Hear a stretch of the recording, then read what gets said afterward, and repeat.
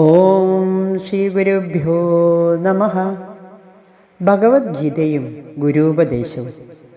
ഇന്ന് നമുക്ക് കർമ്മരഹസ്യത്തെക്കുറിച്ച് കാര്യങ്ങൾ അറിയാം.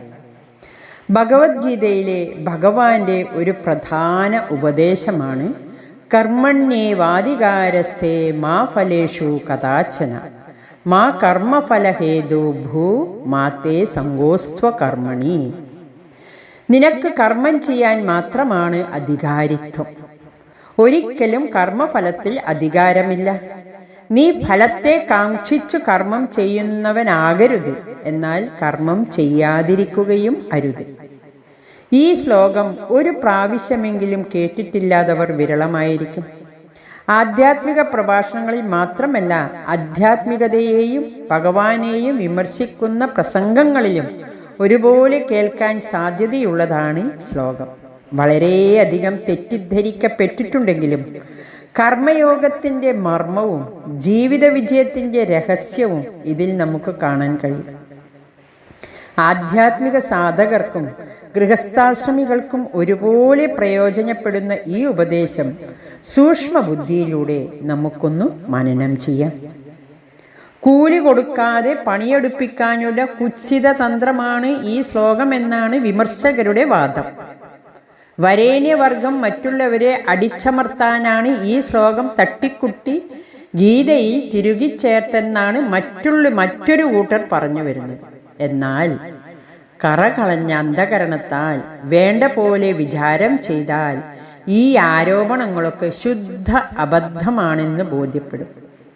വർത്തമാനത്തെ പൂർണ്ണമായി പ്രയോജനപ്പെടുത്തി കർമ്മങ്ങൾക്ക് മികച്ച ഫലം കിട്ടാനുള്ള ഉപദേശമാണിതെന്ന് ഗുരു എപ്പോഴും പറയാറുണ്ട്. അതാണ് പരമാർത്ഥവും.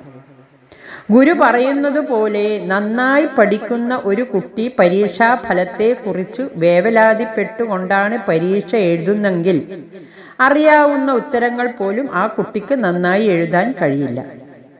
പരീക്ഷയിൽ ഒന്നാമതാകുമോ, മറ്റു കുട്ടികൾ കൂടുതൽ മാർക്ക് വാങ്ങി തന്നെ പിന്നിലാക്കുമോ എന്നെല്ലാം ചിന്തിച്ച് ഉത്കണ്ഠയോടെയും കലുഷിത മനസ്സോടെയും പരീക്ഷ എഴുതിയാൽ ആ കുട്ടിക്ക് ഒരിക്കലും നന്നായി പരീക്ഷ എഴുതാനോ നല്ല മാർക്ക് വാങ്ങാനോ കഴിയില്ല. നന്നായി പഠിച്ചു എന്ന് പറഞ്ഞിട്ട് കാര്യമില്ല. പരീക്ഷ എഴുതുന്ന സമയത്ത് അത് മാത്രമായിരിക്കണം ശ്രദ്ധ.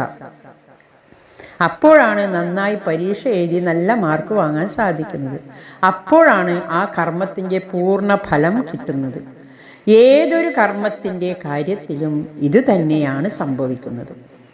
കർമ്മത്തിൻ്റെ ഗതി അതിഗഹനമാണെന്ന് ഗീതയിൽ തന്നെ ഭഗവാൻ പറയുന്നുണ്ട്. മനുഷ്യ മനസ്സിന് മനസ്സിലാക്കാൻ പ്രയാസമുള്ള കാര്യമാണ് കർമ്മത്തിൻ്റെ തത്വം. ഒരു കർമ്മം ചെയ്താൽ അതിൻ്റെ ഫലം നമ്മൾ പ്രതീക്ഷിക്കുന്നത് പോലെ തന്നെ ആകണമെന്നില്ല. കർമ്മത്തെ സ്വാധീനിക്കുന്ന അനേകം ഘടകങ്ങളുണ്ട്. ഗുരു പറയുന്നത് പോലെ ഒരു വിത്ത് വിതച്ചാൽ അത് കിളിർക്കാതിരിക്കാം. ഒരു കർമ്മത്തിന് ഇന്നത് തന്നെയാണ് ഫലം എന്ന് നമുക്ക് നിശ്ചയിക്കാൻ കഴിയുകയില്ല. അതെല്ലാം മനുഷ്യ മനസ്സിന് മനസ്സിലാക്കാൻ കഴിയാതെ ഈശ്വരീയ നിയമങ്ങൾക്കനുസരിച്ച് നടക്കുന്നതാണ്. അത് മനുഷ്യബുദ്ധിക്ക് അപ്പുറമുള്ളതാണ്. ചുരുക്കത്തിൽ കർമ്മഫലത്തിനുമേൽ നമുക്ക് സ്വാതന്ത്ര്യമില്ല. കർമ്മം ചെയ്യാൻ മാത്രമേ നമുക്ക് സ്വാതന്ത്ര്യമുള്ളൂ എന്നാണ് ഗുരു പറഞ്ഞു തരുന്നത്. ഒരു കർമ്മത്തെ തന്നെ നമുക്ക് പല രീതിയിൽ സമീപിക്കാം. കർമ്മം ചെയ്യാം, ചെയ്യാതിരിക്കാം, ഇഷ്ടമുള്ളതുപോലെ ചെയ്യാം. ഈ സ്വാതന്ത്ര്യം മനുഷ്യനുണ്ട്. ആ കർമ്മത്തോടുള്ള താല്പര്യവും അഭിരുചിയുമാണ് അതൊക്കെ നിശ്ചയിക്കുന്നത്. ചുരുക്കത്തിൽ കർമ്മത്തിൽ നമുക്ക് സ്വാതന്ത്ര്യമുണ്ട്, എന്നാൽ കർമ്മഫലത്തിൽ നമുക്ക് സ്വാതന്ത്ര്യമില്ല. നിഷ്പക്ഷമായി വിചാരം ചെയ്യുന്ന ഒരാൾക്ക് ഈ സത്യം അംഗീകരിക്കേണ്ടി വരും. ഭഗവത്ഗീത ആത്യന്തികമായി മോക്ഷശാസ്ത്രമാണ്. ഗീതാശ്ലോകങ്ങളെ സമീപിക്കുമ്പോൾ ഈ വസ്തുത നമ്മൾ മറക്കാൻ പാടുള്ളതല്ല.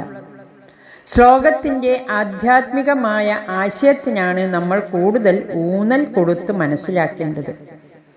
ഭഗവത്ഗീതയിലും മറ്റും ആധ്യാത്മിക ശാസ്ത്രങ്ങളിലും അധികാര ശബ്ദത്തിന് തികച്ചും ആധ്യാത്മികമായ അർത്ഥമാണുള്ളത്. ഓരോ വ്യക്തിയുടെയും ആധ്യാത്മിക നിലയെ കാണിക്കുന്നതാണ് അധികാരിത്വം എന്ന് പറയുന്നത്. നമ്മളെല്ലാം ആധ്യാത്മിക വളർച്ചയുടെ കാര്യത്തിൽ പല തട്ടുകളാണെന്ന് നമുക്കറിയാം. അത് തിരിച്ചറിഞ്ഞ് ആ അധികാരിത്വത്തിന് അനുസരിച്ചിട്ടുള്ള സാധനാക്രമങ്ങളാണ് ഒരുവൻ അനുഷ്ഠിക്കേണ്ടത്. അപ്പോഴാണ് ആ വ്യക്തിക്ക് ആധ്യാത്മിക ഉയർച്ച ഉണ്ടാകുന്നത്. ഒരു വ്യക്തിയുടെ അധികാരത്വത്തിന് അനുസൃതമായ സാധനാനുഷ്ഠാനങ്ങൾ നിർദ്ദേശിക്കാൻ ഒരു ആത്മജ്ഞാനിയായ ഗുരുവിന് മാത്രമേ കഴിയൂ. അർജുനന്റെ അധികാരിത്വം അറിഞ്ഞുകൊണ്ടുള്ള ഭഗവാന്റെ ശാസ്ത്രീയമായ ഉപദേശമാണ് ഇവിടെ നമുക്ക് കാണാൻ കഴിയുന്നത്. സഹജമായ കർമ്മവാസനയും ക്ഷാത്രവീര്യവുമുള്ള അർജുനന്റെ ആധ്യാത്മിക ഉയർച്ചയ്ക്ക് കർമ്മയോഗമാണ് ആദ്യം വേണ്ടത്. അതായത് ഫലേച്ഛ കൂടാതെയുള്ള കർമ്മം, കർമ്മഫലത്തിൽ ഉത്കണ്ഠയില്ലാതെ കർമ്മം. അതാണ് ഭഗവാൻ ഇവിടെ നിർദ്ദേശിക്കുന്നത്. ഗീതോപദേശത്തിൽ അർജുനൻ ഒരു നിമിത്തം മാത്രമാണ്. അർജുനനിലൂടെ നമ്മളെയെല്ലാം കണ്ടും കൊണ്ടുള്ളതാണ് ഭഗവാന്റെ ഉപദേശം. അർജുനനെ പോലെ തന്നെ സമൂഹത്തിൽ ബഹുഭൂരിഭാഗവും പൊതുവെ കർമ്മവാസനയോട് കൂടിയവരാണ്. നമുക്ക് ഒരു നിമിഷം പോലും കർമ്മം ചെയ്യാതിരിക്കാൻ കഴിയില്ലെന്ന് ഭഗവാൻ പറയുന്നുണ്ട്. കൈകാലുകൾ തുടങ്ങിയ കർമ്മേന്ദ്രിയങ്ങൾ കൊണ്ട് കർമ്മം ചെയ്തില്ലെങ്കിൽ മനസ്സുകൊണ്ട് കർമ്മം ചെയ്തുകൊണ്ടിരിക്കും. എല്ലാ കർമ്മങ്ങളുടെയും ഉദ്ഭവസ്ഥാനം മനസ്സാണല്ലോ. കായിക കർമ്മങ്ങളെ അപേക്ഷിച്ച് മനസ്സുകൊണ്ടുള്ള കർമ്മങ്ങളാണ് യഥാർത്ഥ കർമ്മങ്ങളെന്ന് വസിഷ്ഠ മഹർഷി ശ്രീരാമനെ ഉപദേശിക്കുന്നത് ഇവിടെ ശ്രദ്ധേയമാണ്. അതായത് കർമ്മത്തെ നമുക്ക് ഒഴിവാക്കാൻ കഴിയില്ലെന്ന് സാരം. അങ്ങനെയുള്ള നമുക്ക് ഉയർന്ന സാധനകളായ ധ്യാനത്തിലേക്കോ അല്ലെങ്കിൽ ശ്രവണ മനന നിധിധ്യാസനങ്ങളിലേക്കോ കടക്കുന്നതിന് മുന്നോടിയായി ചിത്തശുദ്ധിയും ചിത്ത ഏകാഗ്രതയും അത്യന്താപേക്ഷിതമാണ്. അതിന് കർമ്മയോഗാനുഷ്ഠാനം അനിവാര്യമാണ്. അതായത് തുടക്കത്തിൽ മറ്റു സാധനകളെ അപേക്ഷിച്ച് കർമ്മയോഗത്തിനാണ് നമ്മളെല്ലാം അധികാരിയായിരിക്കുന്നത്. ഒരു കർമ്മം ചെയ്യുമ്പോൾ കർത്താവിനെയും കർമ്മഫലത്തെയും തമ്മിൽ കൂട്ടിക്കെട്ടുന്ന ഘടകം ഞാൻ ചെയ്യുന്നു എന്ന ഭാവമാണ്. ഇതാണ് മനസ്സിലെ മുഖ്യമായ അഴുക്ക് എന്ന് പറയുന്നത്, മാലിന്യം, മനമാലിന്യം എന്ന് പറയുന്നത്. ഇതാണ് രാഗദ്വേഷങ്ങൾക്കും പുണ്യപാപങ്ങൾക്കും തദ്വാര സുഖ ദുഃഖാനുഭവങ്ങൾക്കും കാരണമാകുന്നത്. ഞാൻ ചെയ്യുന്നു, എനിക്കതിൻ്റെ ഫലം വേണം എന്ന ഭാവമില്ലാതെ ഏതൊരു കർമ്മവും കർമ്മയോഗമാണ്.